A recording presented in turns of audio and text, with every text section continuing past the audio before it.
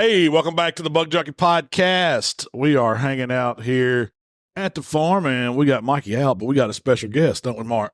Yeah, I'm starting to learn. I don't know how special, but he's a pretty good guest. I appreciate that. Yeah, we got Mr. Trent Ellis from, you probably, if you're on TikTok or social media, any kind of Facebook, YouTube, you may have seen his videos, but he does some hilarious stuff. When I first saw it, Trent, I was like, man, he's got some talent.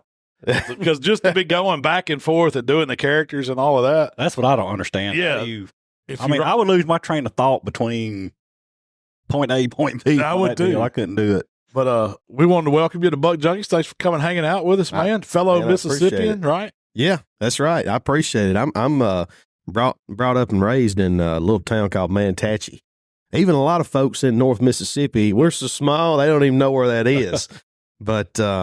But yeah, man, I'm about 2 hours from here, and me and my wife and little boy, we live in Fulton, which is just east of Manatee, and but yeah, we talking about you brought up the changing the clothes and everything, Jamie. I feel like if you can go to Walmart and spend about $28 on 3 different shirts, anybody can do it. Yeah. That's about to the extent of my costume changes. A different cap, or turned around backwards, and a couple of different shirts, and that's it. A couple of calculators. That's all that stuff, man. Like, that one phone was my son's play phone, and I'm like, that'll work. And the calculator, and I'm like, well, that kind of looks let's do it, So how'd you come up with that idea, man, to kind of take that approach to it, just to bring the comedy into it? Well, I've always, like, growing up, I was always the class clown, and I loved making people laugh.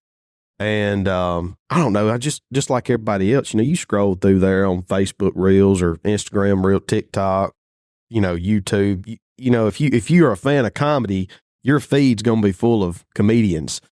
And I got to seeing some boys on there kind of doing that, just doing some goofy stuff, and I thought, man, I could do something. And I mean, there's a dime a dozen guys like me, but I thought, man, I could do something for Southern humor, that folks around here could really appreciate. And, one thing that I think what I started doing were, and I may go back to them a little bit, but just doing Southern phone calls with no real purpose or anything. But, you call that one guy and, hey, it's a 5-second, hey, what, just really not saying anything other than vowels, can't really make out what they're saying, but they, in about 30 seconds, they got a full conversation going on about nothing.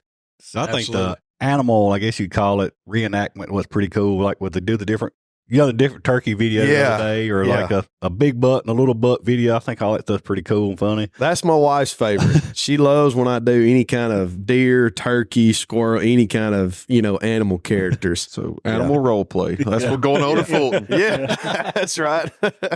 So how'd you get into the social media side of it? Did you set out to do that like for work, or are you just doing it for something fun to do? Well, August the 24th of 2023 is when I downloaded TikTok and uploaded my first 2 videos. And so less than a year. I had, about 7 months ago. And I looked at it obviously from a monetization standpoint.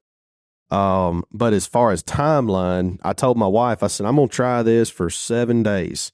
Because I thought I saw Justin Nunley, and I saw, some of his stuff, and I thought, man, I could do, I feel like, I could do something probably not as good, but somewhere close to be as far as funny goes. And I said, man, that's, Lord, it don't cost you nothing, to get started. And, me being in finance, I had, a lot of downtime and a lot of time to where, my time was my own. And I got to thinking, what's something else I could do that's fun, and anything getting in the woods or around hunting or whatever. I've always wanted to be able to monetize something like that, because that's my passion. I feel like if you do what you love, that old saying, you'll never work a day in your life. That's true, man. And that's kind of how we got doing this Buck Junkie thing. We were just hanging out, hunting and fishing down here, and we decided we were going to start a little podcast with it. Yeah. Video. So it's kind of the same approach, Yeah. But I told my wife hated the idea at first. She's like, why you don't like, it's hard for me to respect you looking at you doing all this stuff. Like, and you filming it and putting it out there for people. But after about 7 days, I didn't have any viral videos go off or anything, but I just enjoyed it. And I told her, I said, if in 10 years from now, we don't have to pay for camouflage and my little boy, he can hunt with his daddy and we're not making a whole ton of money or whatever, but we got some little things going. It'll all be worth it. Absolutely. And then it just kind of took off. I remember my first viral video was on, well, I don't know if you call it viral, but TikTok.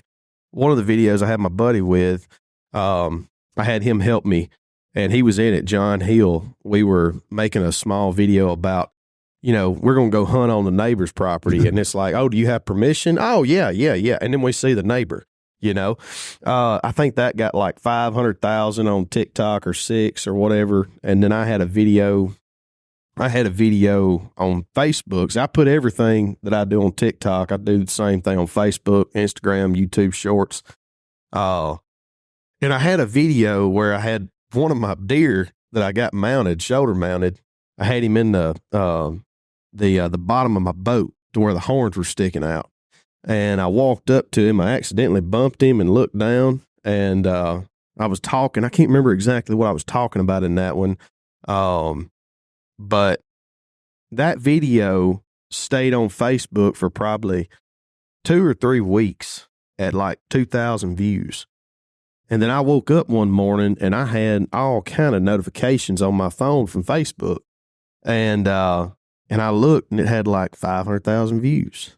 700,000 views. And then like over the next 2 days, it went over 1 million. And that's where my Facebook following really started kicking off. And I was like, well, dadgum, maybe I'm going to keep doing this. See what's happening. Yeah. Then you have people start calling you and stuff. And you just like looking around like, what in the heck's going on here? Like, I'm just being a redneck on here, like my normal self, and like so many of us and guys we know. And just it's working out a little bit. Yeah. So I'm enjoying it. I think people absolutely love watching it because I've seen a lot of people share your stuff, and that's what got us interested. I think Mark, you found it and showed something, but I'd already been watching it. We've watched just about every one of them. It's been an entertaining. I ain't gonna lie. And, I reached out to you and really didn't know. And that's another thing people don't realize is doing what you're doing and doing what we're doing. You never know the response you're gonna get when you reach out to another, social media guy or somebody on TikTok. Like, they could tell you to kick rocks, or they'd be like, hey, let's see where this goes. And that was kind of the deal with us is, I just reached out and said, hey, would you be interested in this? Yeah. And of course, you was like, heck yeah, let's make something happen. And yeah. But once we figured out you were from Mississippi, we was like, oh, we got to get him over here. Yeah. He's one of us. He's one of us. Well, I think, too, people don't realize how good that is for the hunting community, for the outdoor community, just for channels to collab and not necessarily create content or do anything big, but just get together and like social network. That's the biggest thing. And, we hadn't done that much footage this weekend, but we've talked a lot about growth and everything else. Yeah. That's just benefiting everybody. So, oh yeah.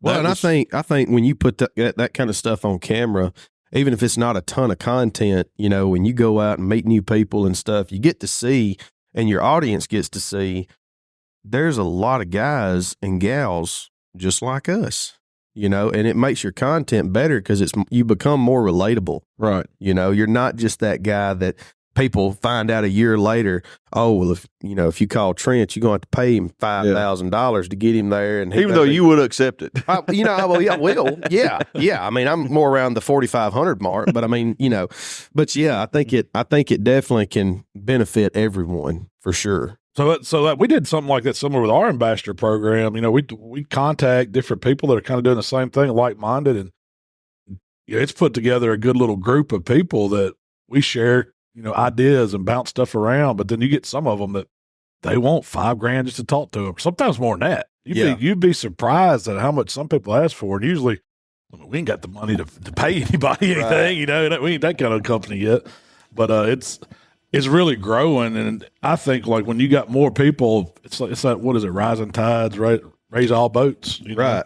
Everybody's kind of got that same like-minded, working towards the same goals, and it helps everybody. We all learn. Yeah, and I think if you if you just maintain good character and just, for me, remember how I was raised and just, be genuine. just be genuine, all the money aspect and all that stuff, that'll come, and that's a very skewed, like, view of what most people that are not in the industry, they think you're making millions. Dude, I've had people be like, "Oh, Mr. Big Money over here must be nice." I'm like, dude, I cried at my water bill when I got it last month, so I ain't there yet, But yeah, I think as long as, like you said, Mark, you're genuine and you treat people right, you're gonna run into some snakes. Yeah, there's some snakes in this industry, and there's people that want to ride coattails. There's people that want to, just meet with you or do something with you just to benefit them, and it shows. You think it don't show, it shows. You can see that, but I feel like that as long as at the end of the day that I treat people right, and I do what I'm supposed to do, that in the end it'll all work out, and I'm having a good time while I'm doing it. Yeah. So I mean, there was no lack of good time this weekend. Hands down. I gained about 5 pounds, and I'm gonna need a shot of something to get my cholesterol down. But it was a good time. So I think when you first reached out, you told him we was gonna hurt him, didn't you? Yeah, with the food. See, so we've had people through the barbecue industry and even through the outdoor community. Like, we've hosted people and done events, and that is, I know it sounds crazy, but that is my goal. If I'm in charge of cooking, my goal is to hurt you. I want you to be able to eat so much you can't eat no more, because. Not because that's what I'm passionate about, is cooking, just like I am outdoors. But I mean, that's how I show appreciation, And to me, food always has brought people together. And that's one thing I always say is, usually when you're eating, everybody's in a pretty good mood. Yeah. Unless it just sucks. And if I piss you off with my food, then I royally screwed that dinner up. Yeah. But it's one of the things, it's fellowship, and it's, growing together, and it's positivity. Like, there's nothing negative come from this weekend. No matter where you look at it, it's all been positive. And I mean, what we're trying to do in the business we're in, we need more of that anyway. Yeah. Because we get enough crap from tree huggers and everything else. Like, we got to make the business look good. Haters go hate. That's it. And I think you just got to, work with people that are like-minded and make both parties grow and just grow together. And I mean, it's a team effort, even though if they're not on your team or not, Well, you got the right mindset when it comes to quantities and wanting to hurt people when they come over, because there ain't nothing worse than going to eat somewhere and looking around and being like, oh man, I'm only going to be able to get 2 chicken strips. This is, when you threw all those crawfish the other night in there and they went into the cooler, I was like, yeah, I'll be all right. I'm sitting down eating. We'll be all right. We got 5, 10, 15 people, but we'll be all right. Yeah. You ain't even had breakfast yet, so just wait till after this podcast. Yeah. Can you believe it? We've been here, this will be 3 days, and we ain't even fed you breakfast yet. We ain't had time.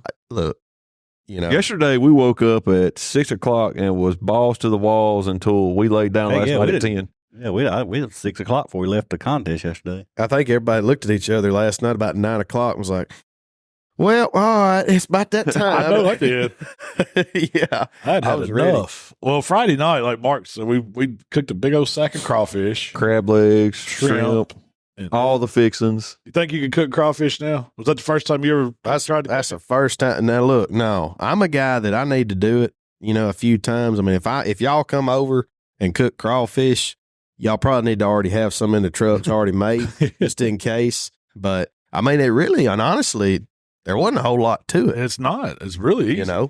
But I had to get Mark's little special Mississippi diarrhea mud looking thing going on. Right. Get that. That added a lot to it. It was good. And I won't be drinking whatever that got Liquid Bull. Yes. That was one of my dumbest moments for sure. I thought you were just pretending. I didn't know you got a shot till after the fact. Oh, that stuff will lock your jaws up, man.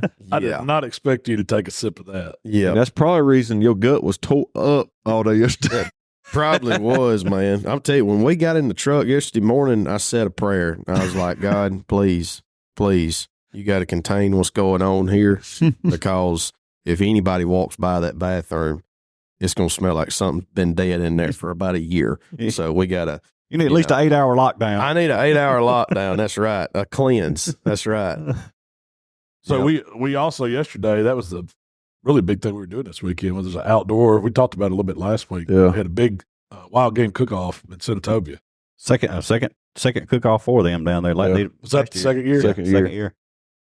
We had a pretty good day. We had a good day, but I'm gonna tell you, I talked to one of the teams yesterday, and we cook for a living. We competition cook. Me, Jamie, Malcolm, Mikey. We all this is our main bread and butters around cooking.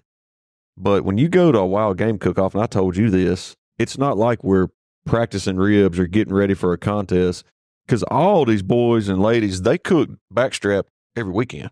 You know, it's that's what old country boy at deer camp, they can cook deer meat and they can cook duck and all catfish, you name it. Like, they grew up cooking it. So it's a level playing field. It's not like you go in with the advantage because we're comp cooks. Yeah. And I think a lot of people misinterpret that, but you go to one of them contests, I'm telling you, I seen some turn-ins yesterday that would walk the dog anywhere in the world. Like, we was lucky enough to be pretty close to the turn-in, and I didn't see nothing bad come up. I mean, No. I'd like to have been a judge yesterday. I was going to say, how do you be a judge at that? Yeah. Like, I mean, It was- good Lord. You'd have to do it had to been tight. I mean, it couldn't been a big nothing blew nothing else out of the water. It had to been Yeah. a tight contest. Yeah. You actually won first place for the backstrap. yeah, backstrap and dessert. Or large game. Big Yeah, game. They Yeah. got a big game, yeah. I'm so surprised that you didn't win the goose See, I'm that not. you made. I guess I might have been the only one. I was not a fan. I Oh, thought that speckled willie goose was good. I thought that was the best foul I'd ever had in my life. It was not gamey, Not at all. you'd almost, other than a little bit texture difference, you'd almost could pull it off as being a I beef wish I would or- have cooked Mhm. one. That was the first time I've ever cooked spec, and I wish I would have cooked at least one breast just a day before or that morning, so I could have figured the texture out. If that was the only thing I did not like, the texture was not consistent, and it drove me nuts. I don't even know what you're talking about right now. That's how It was a little tough. Yeah, I mean, he wanted it like melt in your mouth. I wanted it like that backstrap was, Really? but I don't know that you could. I don't know that you could get a spec that soft and Yeah. still be palatable and still be good. See, I felt like the texture was dang near the same. It's just the backstrap had a little bit more of a meatier taste. Yeah, And I like that, But I don't know. Like I said, I'm an amateur. I'm good at eating, but I mean, getting into all that kind of mess, it was all good. so I didn't eat nothing bad yesterday. Heck no, the thing we no. turned in was phenomenal, I thought. But So you gonna come back next year? We do it again. You dang right. We got to do that one again. That was a lot Yeah. of fun. Yes. it was we hustled. I mean, it was wide open there for a minute, and we had a Yeah. lot of moving parts, and which that's the part I love. I love the rush. I love the always on, you're constantly looking at the clock and making sure you don't miss a step. And Mm-hmm. That's what I love about the contest side of things, whether it be barbecue, wild game, whatever. Well, it was funny. You told me the day prior, you was like, listen, man, we get to the contest, like, I'm going to get in that zone and it don't take anything personal. And I'm like, yeah, man, you good. And I remember you had 2 minutes left. I think you and Mikey were in there cooking something and you had 2 minutes left on the clock before turn in. And I think it was me and maybe Matt's brother right there around the door. And you was like, all right, y'all going to have to get out away from that door. All right, we coming through. Let's go. And I'm like, all right, well, we're going to get out of here for a minute. Like, A little too serious. A little too serious. I've been known to kind of flip a switch when it comes to that contest stuff, but I mean, I'm passionate about it. It's just like if we were deer hunting, it's Yeah. like when it's go time, it's go time, and Yep. I don't care who you are. I mean, no disrespect, but if you're doing something or that's going to inhibit the way we turn a product in, I'm supposed to get on you. Like, I don't mean any harm, but Yeah. you got to go. You know. Well, it's like that when you take somebody that's a very amateur or very brand new turkey hunter, especially like with a kid or something. I felt bad. I took a boy that his mama works with mine, and they're good friends, and they got good kids, good family, and I took him for youth season, and the only thing that he did that was like not good was when we would sit down, we had birds probably 200 yards from us, and he would turn his head real quick. He's trying to look, and I was like, I told him a couple times, I was just like, hey, bud, look, don't move your head. Trip, don't move your head. All right, if you're going to move, just barely, I said, but you can't snap. And I don't think he took it wrong. I don't think his daddy did either. But it's like what you're saying. Like when you're in that situation and you get when in something your has to zone, be done, you got to make sure. Yeah, you know that this is what you can't do or can do. Like do it. My biggest pet peeve, and this is finna step on some toes, and I'm sorry for every one of you I just stepped on. But yesterday morning it's cold. Wind was blowing, and people want to get in the trailer to stay warm. I'm like, look, this is a work zone. Like, right, you got to go. Like, you got to get up out of here. I was one of them peoples. I was about to freeze to death yesterday. Yeah. I could feel it a little bit. And after a minute, I was like, I think I need to just throw on the car heart and step outside for a minute, see what's going on, So it turned into a beautiful day, man. The sun was out, and the wind blew a little bit, but wind blew a lot. it was an awesome day out there, and we had the best setup. I think so too. Oh, Jody come through. We had a fresh bird hanging. Yep. So we were told we couldn't bring a live one, right? So we just shot it out of the front yard and brought it. That's right. Where did he went over to Waterford or somewhere and got that? It wasn't Waterford. It was down around Jackson, Mississippi. Okay, there ain't no birds in Waterford. Birds in Waterford. They're fresh out. But he smooth brought a big one too. Yeah. Got a nice beard on it, big spurs. We hacked some lady off. She did not like that. Really? She walked by and turned her nose up. And of course, it was old bird hung up there. And I don't know what she mumbled under her breath, but it wasn't good job, boys. It wasn't that. Yeah. Man, I've been proud of that bird. Heck yeah. I know Jody was. Jody's been tore up about it because he ain't killed a bird yet. And I'm like, it ain't even been a full Probably week. the worst day to possibly go was yesterday. Yeah. Mach 20 winds and cold. And Yep. But yeah, he was still shook up when he was talking, telling me about it because me and Jody probably talked 2 hours yesterday, and an hour and 50 minutes was turkeys. And I think it was about that 10:30 mark. So that bird had been dead for at least a couple hours. Yeah. No, he had that bird on the ground before 8. Yeah. He texted me when we were setting up. He's like, do you really want me to bring this? And he sent me a picture. I was like, heck yeah, come on. Well, when he was telling me the story, he was like, yeah, we had a draw down here and a little gully. I mean, he was still shaking. He finally caught himself. He's like, man, I'm still tore up about it. I was like, I know you are, brother. That's the way it Jody is. gets fired up, and he'll do that way. Like, so he's who kind of helped me and taught me, when we started trapping a couple of weeks ago. That's who kind of taught me a lot and learned it. And he's the same way about trapping. Man, we pulled up on that first coon that first night, and you'd have thought it was a 180-inch buck laying out there on the ground. He was like, man, we got a coon. And I was like, yeah. We got a coon. But, so what all did we cook? Let's go over the categories. like from contest-wise? No, just the contest. We're going to cover the contest. We got plenty more time to talk about food. Bloody Mary was first. Bloody Mary was first. And dessert was Dessert. was that not weird to you? From to do dessert in the morning? Yeah, it was early too. But I kind of got understood, at least this is what I thought they were planning on, is like they kind of broke it up to where it's just not a bunch of heavy entries back to back. So like you had a drink, had something light, then it was like a side. Yep. And then you had like your first like actual dish, like I think it was seafood. Yeah. And then they come in there with like sides, or no, small game. So they it wasn't just like meat. Yeah. They kind of broke it up. Now I can appreciate that, but the dessert at 10 o'clock was, I mean, I'll serve you some dessert. Like, I don't mind. It tasted great at 10 o'clock. I ate it. Yeah, I was going to say, I didn't have a problem with it. Yeah. Well, next, Mikey did the side dish. Well, for dessert, we done a salted caramel cheesecake. With the little glass. Sure. Yeah. What do you call that? The caramel glass. Caramel glass. Man, that stuff tasted so good. I could have made a meal. I'd have gave you A+ just on that. Did you try a little piece of it? Oh yeah. It melted in your mouth. Yes. I will, he was pretty good about being at the door by the time it was sample time. Time to turn it. Oh, yeah. I was very vocal about it too. Yeah. Working on the box, and old gingerhead pop around the corner and be like, what y'all doing? Yeah. You know what we're doing. You got the schedule out there on your phone. 10 o'clock, I better be at that trailer. I'm trying to sit in there and just see what I can actually grab and eat. I don't want to grab off the the turn-in plate, but I'm looking like, where's the scrap? We got exactly. I was like, where's the scrap pile at? And like, yeah. So we done cheesecake for dessert. And then we did the potato dish. It was like crawfish stuffed potatoes. Yeah. It was almost like little baby potato skins, but it had everything as crawfish bread had in it. And I thought they were really good. That was one of them deals like it's a one pot bite. Like you throw that whole potato in your mouth and it's like, oh, that's good. Yep. So I felt like those came out pretty strong. I mean, they were good. Yeah. I want to see what the overall results were. Like where we finished each category. Just curiosity. And then I think he did the seafood, didn't he? It was the shrimp stuff with the catfish cake. Yeah. That catfish cake, I didn't try the shrimp, which I'm not big on grilled shrimp. but I tried just the catfish filling, dude. It was good. It He was really blackened catfish and then made like a little crab cake with that flaked blackened catfish meat and stuffed it in that shrimp and set them on the smoker. Now, I was impressed how he stuffed them. Yeah. Like I was thinking, like, how's this going to work? And he made that little disc and just folded it in that little sea of the shrimp. And yeah, it worked. It worked perfect. Yeah, held together great. No, it was a good bite. Real good.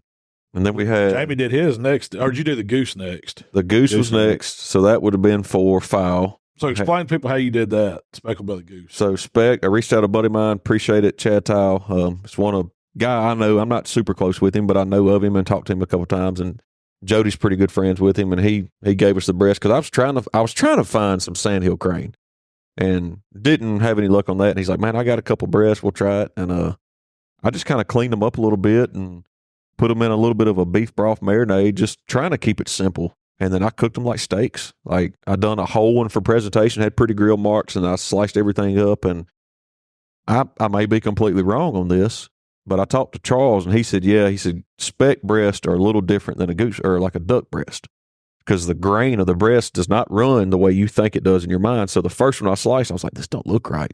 And like the texture was off. So I turned it 90 degrees, and I was like, oh, there's like the grain of the meat runs the other way. So I sliced them. Well, I got halfway through, and guess what?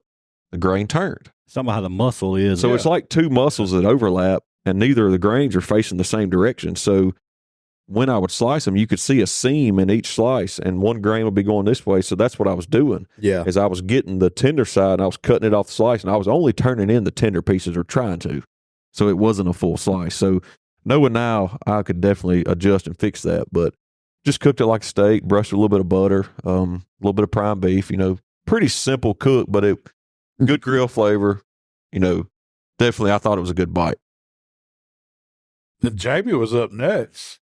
Yeah, that was a trial run, but actually turned out pretty dang good. I thought that was one of the best bites I had all day, man. Quail That was quesadilla? Yeah. Quail quesadilla. We did a video down. Yeah, we did a video down here back a couple of months ago, done like a rabbit taco, and I kind of want to do that, but my rabbit pile wasn't very good, so we just got a bacon wrapped quail and put it on smoker and got it done, and I let it rest. And I took the bacon off of it, and then we diced it up in little cubes, and Mark helped me out in there, and we built up a quesadilla with just a ton of cheese. We had some green verde sauce, or whatever, verde salsa, or tomatillo. Yeah, that was tomatillo sauce, and just built like a normal quesadilla. And man, it had with some wild boar chorizo in there, and it was pretty dang good. I think it was. That wasn't a normal. That wasn't a normal quesadilla. No, that wasn't normal. That was good. That was one of the ones you want to sit down and like turn the movie on, sit down and just with some cheese dip chips in your lap in your recliner and just tear it up. Like We that don't was have to get through this cooking stuff, man, because I'm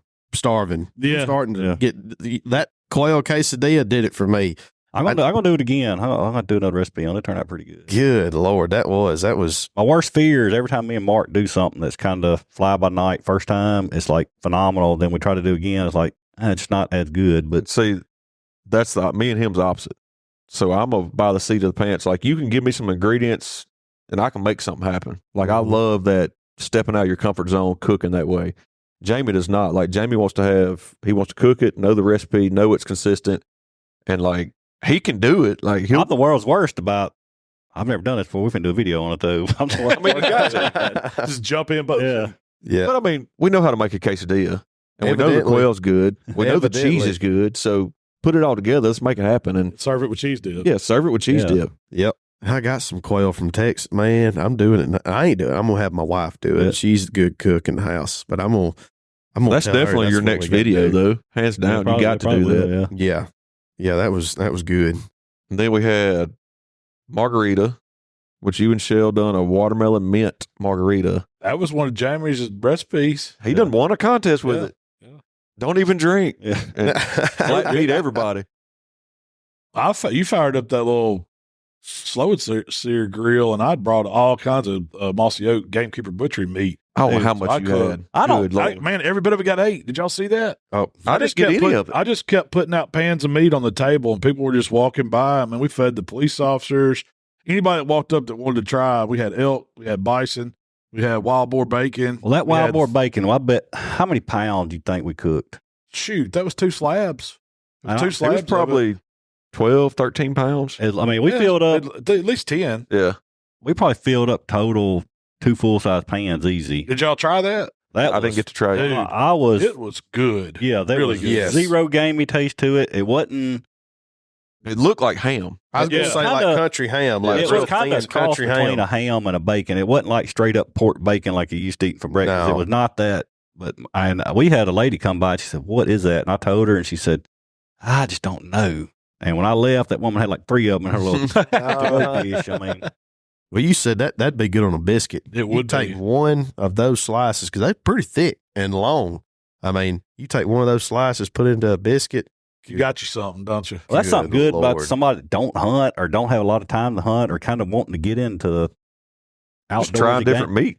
I mean, that gamekeeper stuff, dude, I'm telling you, everything. I mean, I've not had anything that was remotely bad. I mean, it was all great. Everything. I mean, the elk, you done the elk chops? Elk chops That was elk good. There was a medallions. guy up there and he's like, "No, I'm talking about this right here. This is a filet, ain't it?" And I'm like, "No, that's not a filet." He said, No. He was already trying to, he's like, "There's no way this It's not beef. Yeah, there's no Yeah. way.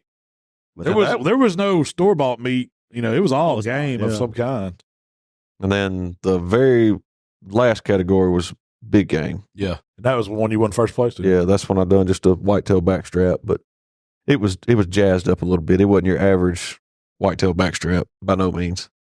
It was good. It was a good bite. Yeah, I thought it was absolutely delicious. yeah. I want to get that recipe so I can do that at the house. I'll give you 90% of it. I'll take 70. Okay, it'll be Yeah, we wanna see 80%. Well, 70% will be 80% better than the one that I do. I can tell you. We want to see Trent cooking. I'm sure you got a buddy you can play to do some cooking, right? Oh Camp. yeah. Oh yeah. Man, my brother, he's the cook in the family. Like he I've seen reminded some me of his videos pop up on my feed lately. Yeah, he does. He's been doing recently like food reviews, just basic food reviews on some different stuff, but man, he reminds me a lot of y'all, as far as how critical you are of yourself, because anytime he does steak, shrimp, hamburgers, shish kebabs, anything, Trey has never cooked anything and gone, that's it. I mean, we'll all be like, "Oh my gosh, this is the Can't get no best better." thing. It can't get no better." And Trey's like, "Yeah, but like you said, yeah, well, texture's just a little bit off on it. It's a little bit tough." And I'm like, "Dude, shut up and just dish me up Hey, another plate, man." Mark's constantly tinkering and fixing and trying to get it the best. But I mean, But that's how you get real good. I'm it is sure. how you get good. Hey, well, my perfect. thing is like, okay, that's good. And I'm always like, what can we do to make it just step it up just, one more. next level. So from us, our background competing, a 1/10 of a point can either lose you 10 grand or win you 10 grand. Yeah. So them little things, they matter to me. Like, and I told you this yesterday, like I critique it and I'm hard on myself because one reason is if we go to a contest and I love everything we turned in, we are finna get smoked. That pretty much Why always is that? happens. Why is that? It's never fails. I was man. telling him, and we were talking about it yesterday, riding Made back a lot from of the contest, sense. is I think what happens is, so not everybody's palate's the same. I like savory, I like salt. And if I think it's really good, it's probably a little too much for the average person or for the group of people. I think a lot of that goes back to like, I'm just out of that circle. You got to paint inside the box when you're cooking for competition or cooking for judges because you don't know who it is. You don't know their flavors. You don't know their palate. And you try to offend the least amount of it. So when we compete, I told you this, pretend like you're cooking for 1,000 people and you're trying to offend the least amount of them. Yeah, I've So- never heard that before, and that's So money advice. You're just there. painting in the box. And Yeah. I think when I really like it, it's right outside of that box. And it's Too probably much. offending half the judges. That's what I think. It may be completely wrong, but if I really, really like it, most likely it's probably salty. Well, I speak on behalf of everyone y'all cook for. We really appreciate how critical and down you get on yourself. Yeah, that's because everything is pretty daggum good. After the contest, we tried to go roost a bird last night. Yep, and we were unsuccessful. No, we roosted a You bird roosted a bird. You called it daggum owl right on top of the. Okay, that is Top true. of it. 10 yards from us. That owl lit on top of the canal. That is. Man, I've had those things be deer hunting, and I'd be sitting up there in a tree, and then all of a sudden, right there at daylight, you hear those wings, and you look, that joker's 5 yards from you, and it's like I think they're spooky, man. Heck I think yeah. I think I Satan's love 'em. got something involved with them because when they light on that tree, they just immediately look right at you. It's like Look they at don't your have soul. to. Yeah. It's like you don't even want to look at them. You're just like, all right, if I keep looking this way, we'll be all right. You know, just don't Don't make eye contact. Yep. Me and Mark's got an owl that's been hanging out between our house, and that dude he's very, very vocal. Oh, he's cutting up So I every got morning, every evening. my little pool house. I guess it's wrens or whatever keep roosting in it, pooping on all my stuff. So I got a for real life size owl that like looks like it's flying. The wings moved it, and I kept hearing this owl a day before yesterday morning. What is it doing? And that's what it was. It roosted in a tree, and I guess it was seeing that decoy owl I got. Man, that thing. He was making all kind of noise. He was. Oh, he's wanting to tear it up. He was not happy. Cut up. Not happy. That's the best thing though in turkey hunting. If you can get those jokes, if you can get two of them just cutting Talking. up, man, somewhere, if there's a bird within 400 yards of that owl, they will eventually, if they'll cut up for like 30 seconds, they'll eventually sound off. And see what's funny is you talk about that. I want to know what the heck they're saying. Because you just pissed them two owl offs. They are just cussing each other for no reason. It's because you started it. you know? I know it. Yeah. You just like that guy that's sitting in the corner. Just You poke both of them like, antagonizing. Yep. Dang, that's the next video can be whoo owls. Yeah. Give me the 2 owls. Yeah, you done an owl video? I am now. Yeah. I need a commission off of that, by the way. Yep. Yeah, you won't get it. But anyway. Oh, you got them fired up this morning, boy. You had old Tom mad at us or something. Oh man. And that's the thing that I learned about turkeys is that they're just trying to be the most dominant voice. It really is. You know, you don't really get into calling them good. In my opinion, calling doesn't really come into play until their feet hit the ground. You know, because like I told you this morning, my experience with calling to them a lot while they're on the roost, while they're on the limb, is I've had them do it twice to me, to where that bird, you know, you sit there and start hammering, yelping, and trying to cut or whatever too early. And a lot of times that bird, he'll fly over and he'll look. If he don't see you, he's gone. You know, He's got a better vantage because he's up in that tree and he can still see good. Yep. But that's why, you know, as far as being dominant, you know, that's why a lot of folks will say, you know, get out and slam your truck door. Yeah, I've heard You'll that. hear one, or take a crow call or hoot owl. They're just trying to be the loudest one. And so that's really, you're just doing that to locate them. And then when they get on the ground, that's where you can start playing with them. But he wanted it this morning. He wanted it. We did everything but put him in the truck. Yep. If I'm telling you, if we hadn't had that sage grass right in front of us, I mean, I think I could have still killed him, but he was at least 60 from us, because where I ranged, where he was, I had ranged about 15 minutes prior before he crossed that ditch, and it was right at 60 or 65. And then he walked up about 3 steps, and I was like, man, if I shoot through this sage and wound a turkey or miss one, like this, That'd been a heck of a topic this morning. This turkey. It would have been. You wouldn't have lived that one down. Yeah, exactly. I'm like, he's either going to walk and sit in their lap and we'll take him home, or, you know, let him ease on. So he decided to ease on, but it's still, man, when you can get them fired up like that, Oh, man. you sound good enough that they want to come over and get close and investigate. When we decided to, Better. you know, try to cut that distance on that bird and get set up, he was gobbling that whole time. And he was still on the tree. Yeah. He just had me so fired up. I was like, we got to get over there, Trent. We got to get over there. We got to get over there. Yep.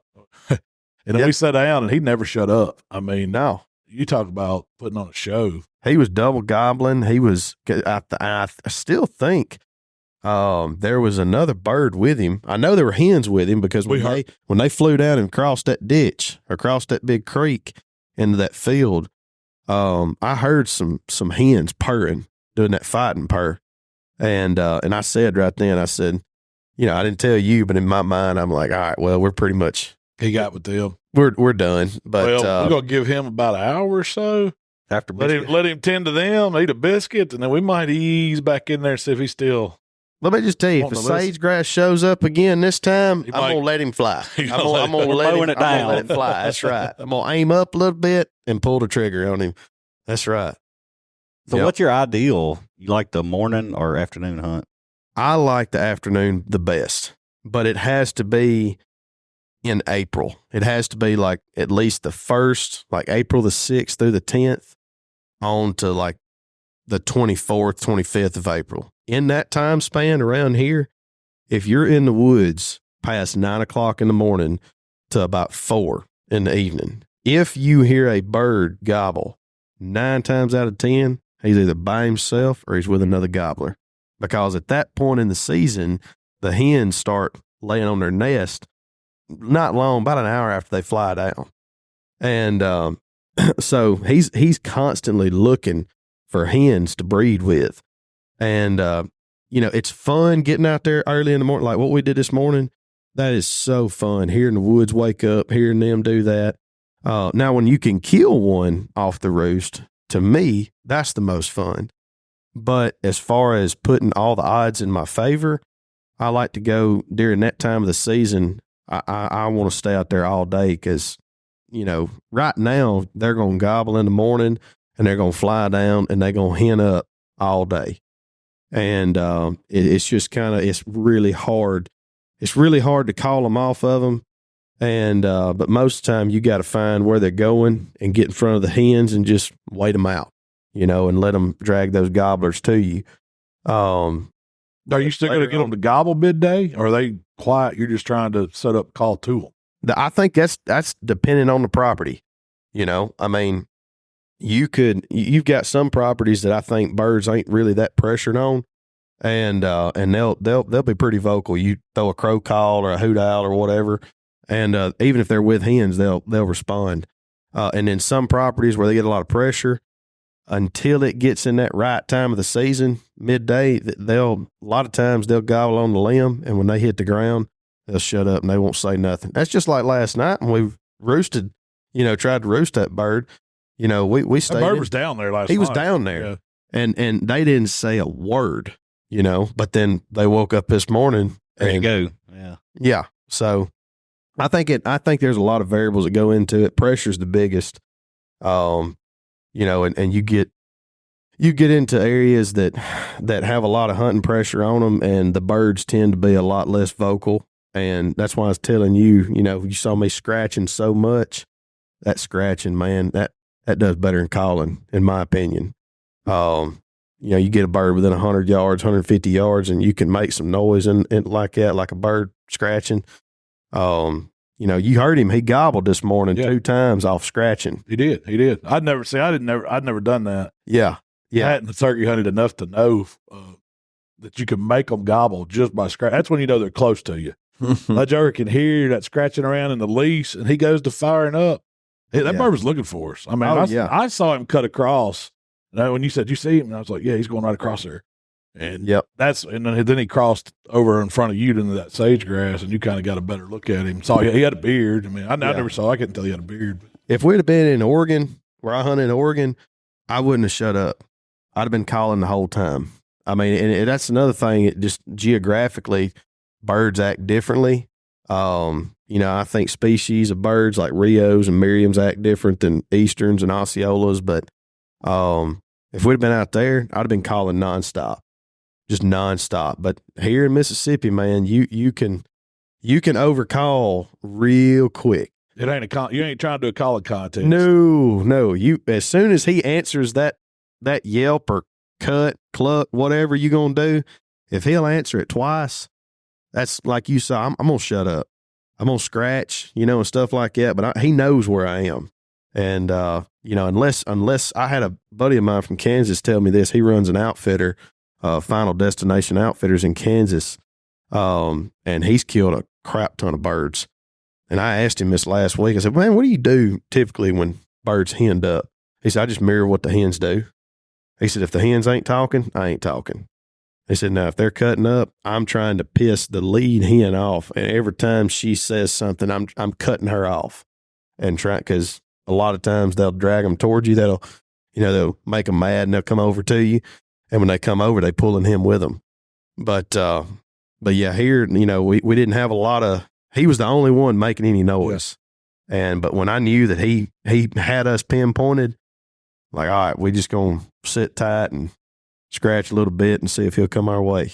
He did. He just needed about 5-10 more yards. That's why it's turkey hunting. That's right. Yep. That's right. So what was your plan of attack since you've never laid eyes on this property? I mean, you don't know the lay of the land, really.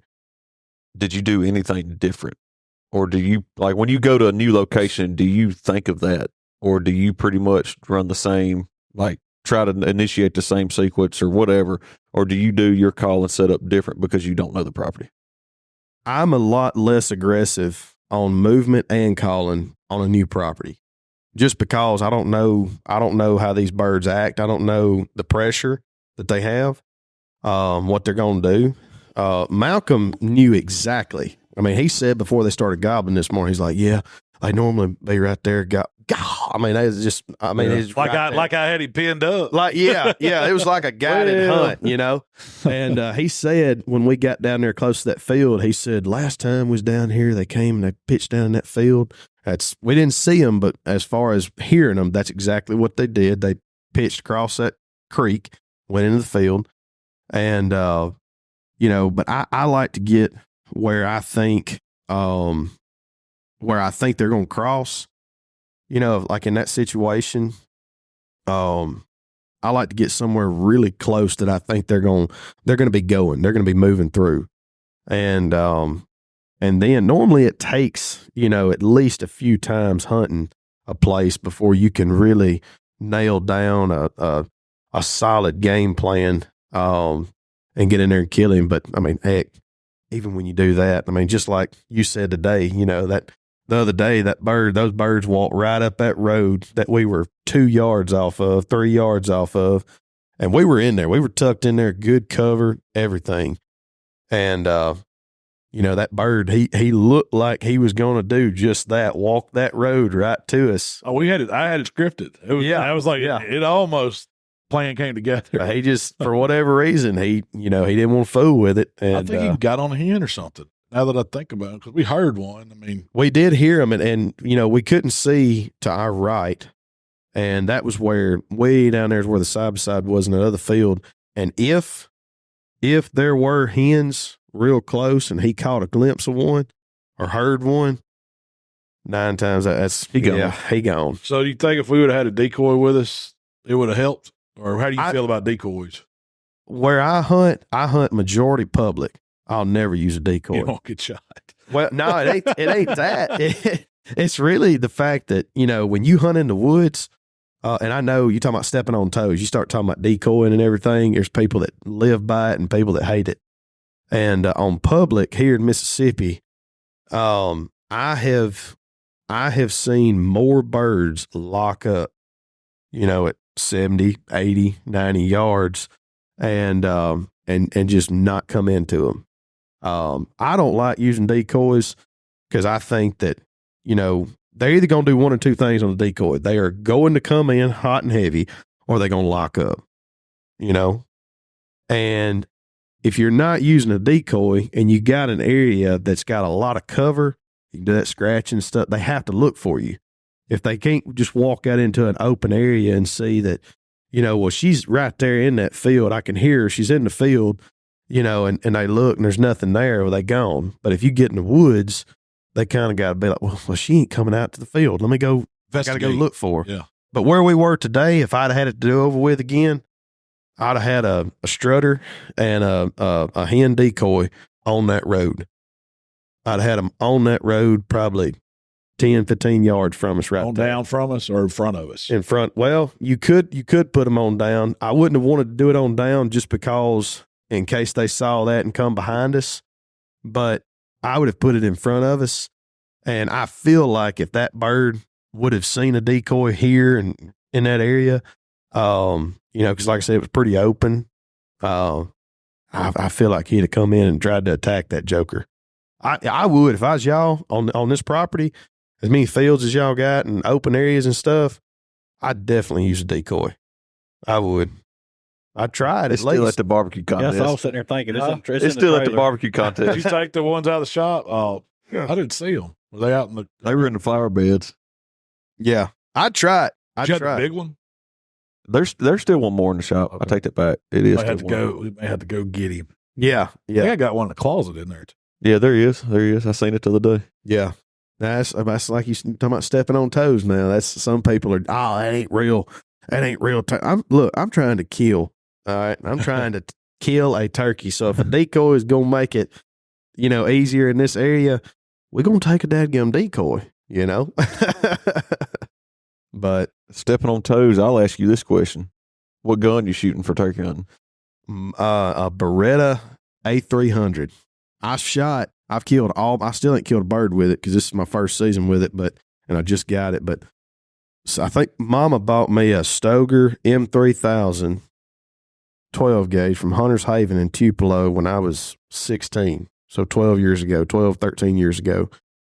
And that's the only shotgun that I've ever duck hunted, turkey hunted, squirrel hunted. Like, it was just my shotgun. That's what I used. Duck season come around, I throw a duck choke in there, turkey choke. But a buddy of mine, Kevin Riley in Manatee, got telling me, I'd always heard that about 20 gauge and turkey, like, man, it pattern's good, it's lighter, cheaper, and the pattern is everything. So if you get one that patterns good, everything else is just extra. But Kevin was telling me, man, you really need to look at this gun. And I got it. I pulled the trigger. We got it. And we went out behind his shop there in Manatee and set up turkey targets at 50 and 60 yards. And at 60 yards, I had my 12 gauge. I have never shot my 12 gauge at a target further than 60. And that bird I killed last year at 60 was complete luck. Like, I just so happened to catch one or two in the neck and the head. But at 60 yards, I had 12 pellets in the head, like 6 or 7 in the head, and they were littered down that bird's neck. With the 20 gauge? With a 20 gauge. With a 24-inch barrel, and that 12 gauge that I had was a 28-inch barrel. It was a regular style shotgun. And so that right there sold me. It's like I got one that's smaller, it's lighter, it's cheaper, and it patterns better at 60. Like, yeah. So now that I'm thinking about it, I probably should have shot that bird this morning. Yeah. It probably would have made it through the sage and hit him, but yeah. But I love that, man. And I don't care, man. I don't care what anybody uses or whatnot. I think that before you go out there, the biggest thing, no matter what you're shooting, is it doesn't hurt to get a couple of different chokes and a few different brands of ammo.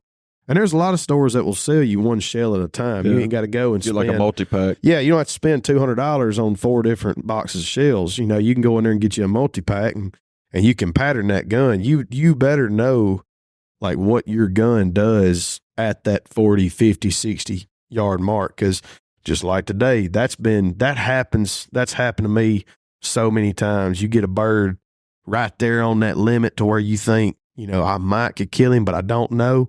And they lock up.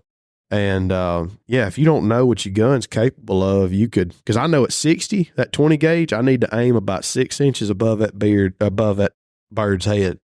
And all my pattern is going on his head. If I aim at his head at 60, it's all going on his breast. Probably still kill him or knock him down enough for me to go over and stick a knife in his noggin.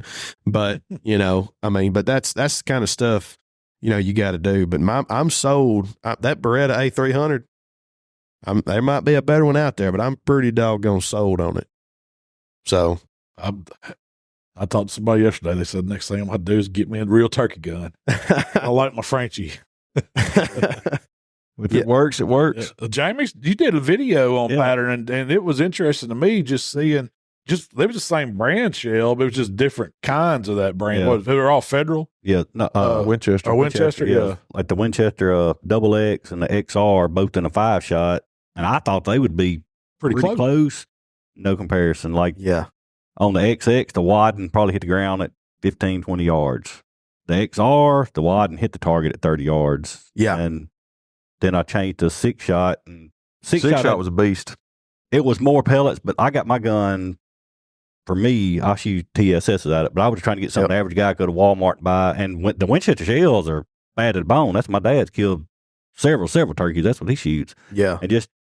And everybody's mindset of shotgun is just a wide array of pellets you can't miss. Yeah. Man, that is not true by no means. Heck no. Even me, like I said, all I done is my 20 gauge rabbit hunt, all it did when I had to start wearing glasses, it changed my vision up. I had to shim my gun just because I changed glasses. The only thing changed on it. And it's just my vision changed that much. But you got to, I mean, you can change shells, you can change sight, change chokes, and then learn to shim your gun to fit. You're hitting high or low, left or right. Oh, yeah. The important thing is you got to shoot it and find out. Yeah, you can't just grab that gun and go say, oh, I'm going to go shoot a bird. That's right. Don't do yourself wrong. You know, put in all this time, work, and effort, and then don't do your game wrong and wound it when you could have spent $15 and shot 2 shells. Like you're talking about, like I said, now the sporting goods stores, they'll break a box open and let you shoot multiple shells out of it to see what shoots best. But it's not like a deer. I mean, technically, it is the same thing. Deer rifle is one bullet, but each gun's going to like a different bullet, different grain, different whatever, better than another one that's going to shoot better. But are you always pattern out as far as 60, or you got like a mid range, like say at 30, just to see what it's doing? And I normally shoot. I start at 40. I mean, because I'm gonna be honest with you, if they get below 40, and anywhere that I put the bead from here to here, I mean that bird's either dead or he's dead enough to where I can get over and wring his neck. Yeah, you know. Of course, I say that and I'll miss one this year at 25. But yeah, no, I'm interested.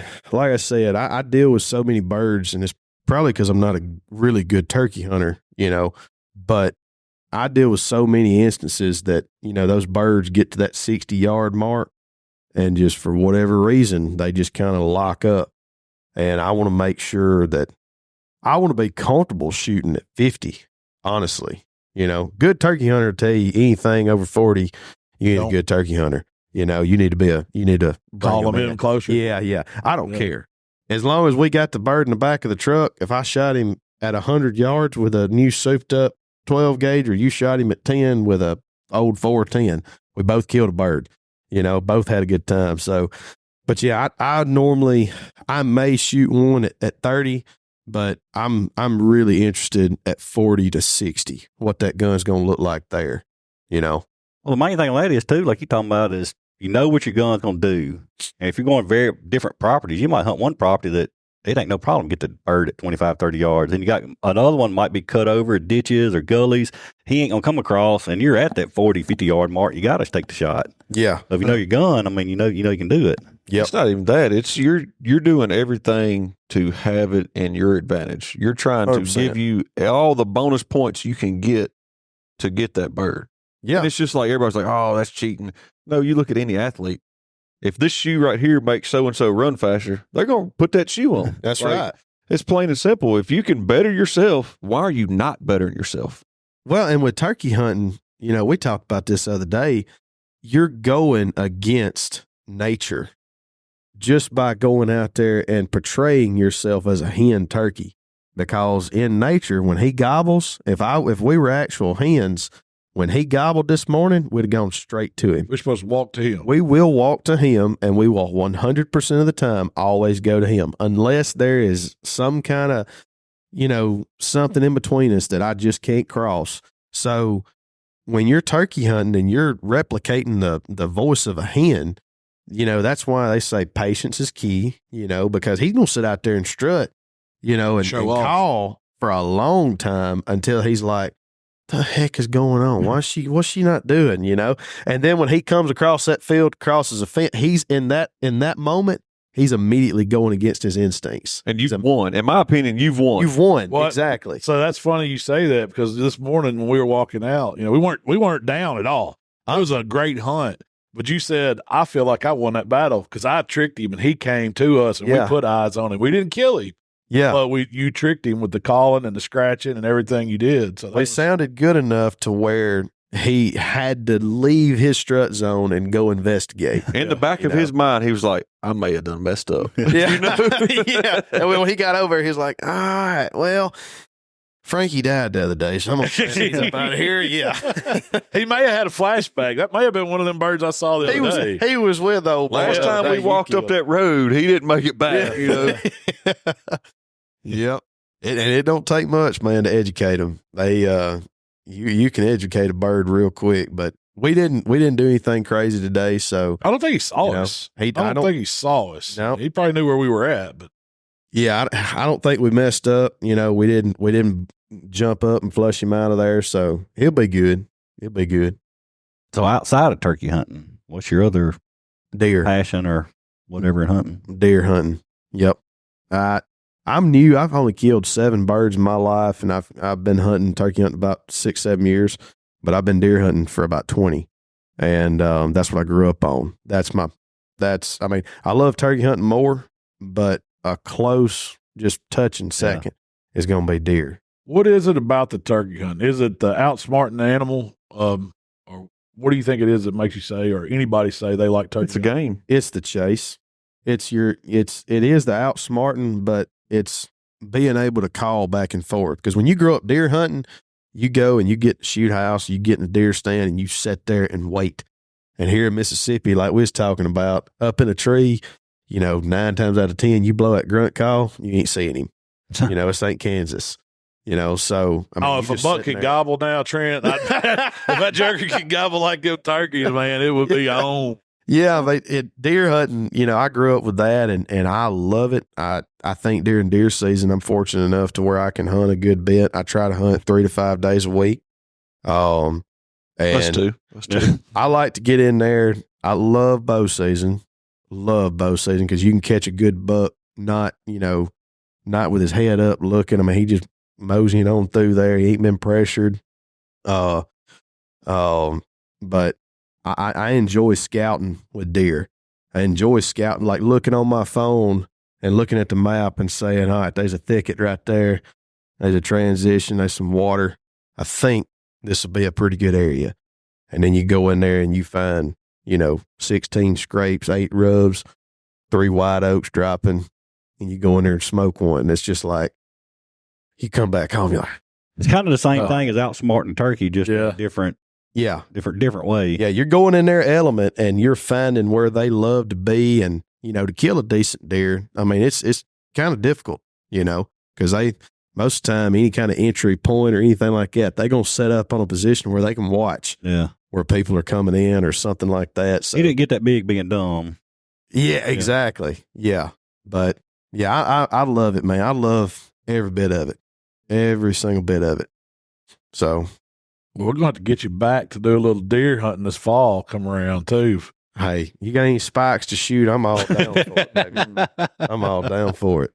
We can fill some freezers. We'll probably shoot the does, though. We'll probably let those spikes go. That's right. The real truth just come out. Yeah. Well, we're going to put you on the doe, Trent. Hey, I'm all for it. I drove to Texas to shoot does. I'm all about it. That's right. But so you hunt. You told me you hunt a lot of government land, so you're really big into like Mississippi government land hunting, right? Oh yeah, that anytime I'm deer, like I should have tagged out. I should have killed 3 bucks on public this year. On public, and they were all my fault. 100%, just rushing shots and not doing a good job. But yeah, I didn't grow up. We had my grandfather had 40 acres. My dad, mom had 30, but both of those pieces of land were basically crossings. That's where a deer would come through and they'd cross. They'd never stay right there. They really wouldn't stay close. And you may have one good deer every 6-7 years come through there. We never had turkeys, and we'd have them, like I said, cross through on my parents' place. But so we just, when I got out of the Marines, I said, you know what? I got a vehicle. I got good feet on me. I'm just going to put the feet on the road and in the woods. And me and my brother, we really tried to utilize a bunch of the public woods, and it's very frustrating. It's because you have to deal with people, and you got to get back in there. And sometimes, man, you got to get 50 yards off the road or 2.5 miles, and I am a believer that when it comes to birds, when it comes to deer, typically they'll be harder to kill on public strictly because of the pressure, and that's fun. It's if I could hunt a high fence area and kill a 200-inch buck, I would love that. But from the satisfaction standpoint, to kill a 110-inch on public, it's just like you said. That's true trophy. You going out there, you finding the place. You just, everything has to be so right. You have to be so right and a little bit lucky to have everything come through in that situation. And it's very satisfying. But, I'm just like everybody else. The whole reason I hunt Publix because I'm broke. All right, it's free. You know what I mean? Well, so, okay, tell me, what's the harder animal to kill in Mississippi? That late season buck on government land or that late April turkey on government land? Well, so which one's the harder bird to kill or harder animal? It's the early season turkey. Is the harder one to kill? That's when they're hand up. That's, in my opinion, that's harder to kill because you go and you hunt the wind on a buck. You find where a buck is hanging around, and as long as you got the patience and time, you try to get in there on a good cold front or when the wind's not blowing into his bed, and you hunt that spot 20, 30 times in right conditions. You're going to eventually see him. And here in Mississippi, 2.5 months out of the season, you got a gun. So, and like I said, if you looked at my track record this year, you'd be like, well, Trent, you don't really know what you're talking about. But, but with turkeys, when you compare those two, I think the March bird is the harder animal to kill than the January 15th, January 30th buck, whatnot. Yeah, it's just. I just figure so many people been in that government woods and they've been shot at so many times on that by January. That jogger's hiding. Yeah, they can be. But I've seen a lot of deer. I've seen a ton of deer that even in turkey season. I remember me and a buddy of mine in April of 2021, we had just left the turkey woods. It was probably 1, 2 o'clock in the afternoon. And we had an 8-point still holding his horns, dogging a doe. Really? He was right on her. And we're talking about middle of April. Yeah. So I had a neighbor said they had a game cam pick the other day, a buck with horns, making a straight, working it. Yeah. Tearing a tree up on game cam. So this is mid-March, late March. Mid-March, so it's still possible. But, well, Trent, tell everybody where they can find you on social media, man.